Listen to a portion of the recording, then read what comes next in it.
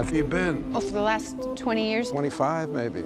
I've been 49 forever and ever and ever. Wow, lucky you. I feel like I've been in my 50s since my 20s. That's so true. You don't have to agree with me. Attention, Boston and Austin passengers. Those flights have been delayed until further notice. Just those two flights? Just us. Yes. That's unbelievable.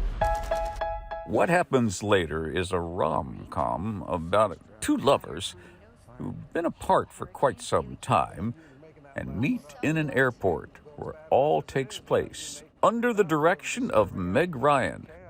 David Duchovny co-stars, but I noted I once interviewed Meg quite a lot. Yes. I interviewed Meg so often once upon a time that when I came in the room, David, she said, "Have we done this so often now we're related?" Patrick, remember back in the day? Really? Back in the day, and you were always so gracious. You were at the top and you were so gracious.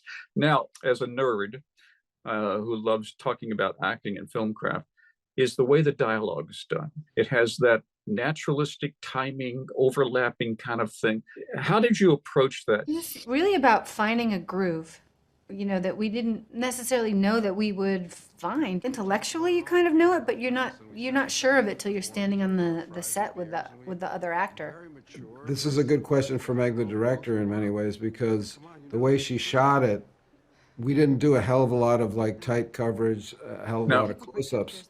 So once we began putting the scenes on their feet, I was able to find, and Meg was able to find, ways in which, as you referenced, we overlap one another. Like how instruments do. And yeah. It sounds good better in combination, maybe even than alone. And the editing room, we were able to leave so many things in two shots and in kind of wide masters, and David's best takes would be my best takes, and that was really encouraging for us. The editor in particular would note that, wow. Do you like to do a Clint Eastwood style? You'd like to do it in one take? What's your approach? We did not do very many takes, but there was one day in particular we did 8 pages where we did 8-minute takes in a live airport daytime. With non-extras that we weren't allowed to direct. You're not allowed to tell anybody in the airport what to do or where to go. So it was just, and you know what, we did it over and over again, and then we weren't able to look at it on the set, and in the edit room you could just see we could have chosen, any one of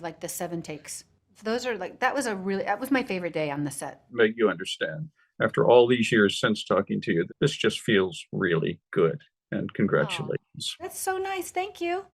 Flicks with Patrick Stoner explores the craft and culture of filmmaking that enhance our communities for television stations and websites around the country.